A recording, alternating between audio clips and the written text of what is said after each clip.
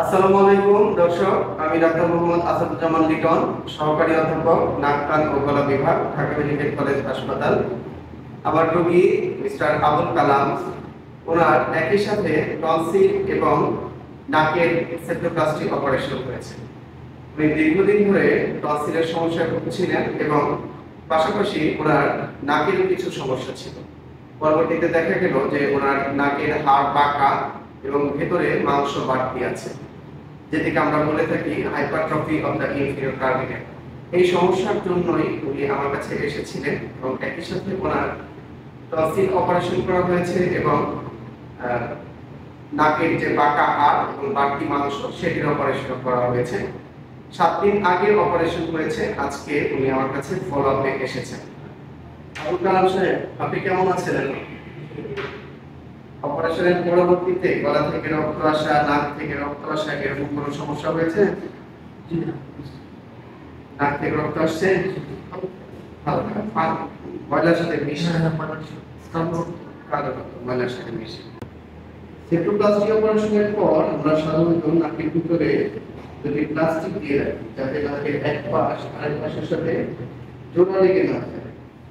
এই অপারেশনের পরে একটি জটিলতা হচ্ছে নাকের এক পাশের সাথে আরেক পাশ জোড়া লেগে যাওয়া, যেটিকে আমরা বলে থাকি সাইনিকিয়া বা সেপ্টাল অ্যাডহেশন। এই সেপ্টাল অ্যাডহেশন বা সাইনিকিয়া প্রিভেন্ট করার জন্যই আমরা এরকম যদি প্লাস্টিক দিয়ে থাকি, যাতে নাকের এক পাশের সাথে আরেক পাশ জোড়া লেগে না যায়। 7 থেকে 10 দিন পর আমরা এই প্লাস্টিকটা খুলে দিই।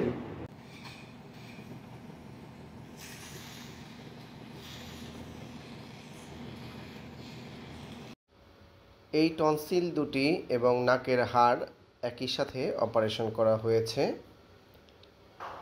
এই দুটি হচ্ছে টনসিল এবং এগুলো হচ্ছে নাকের বাঁকা হাড়। রোগীর একই সাথে নাকের বাঁকা হাড়ের অপারেশন এবং টনসিলের অপারেশন করা হয়েছে। মুখ বন্ধ করে নাক দিয়ে জোরে জোরে শ্বাস নেন, ছাড়েন জোরে জোরে। কোনো সমস্যা হয়? জোরে জোরে জোরে। কোনো সমস্যা হয়? একটু জোরে। মুখ বন্ধ করে নাক দিয়ে জোরে জোরে শ্বাস নেন, ছাড়েন। কোনো সমস্যা হবে? আগে যে ক্লিয়ার না? আগে যেরকম সমস্যা ছিল তার চেয়ে ক্লিয়ার? জোরে জোরে বুক খুলে শ্বাস নেন, ছাড়েন। মুখ বন্ধ করে বুক খুলে শ্বাস নেন, ছাড়েন। কোনো সমস্যা হয়?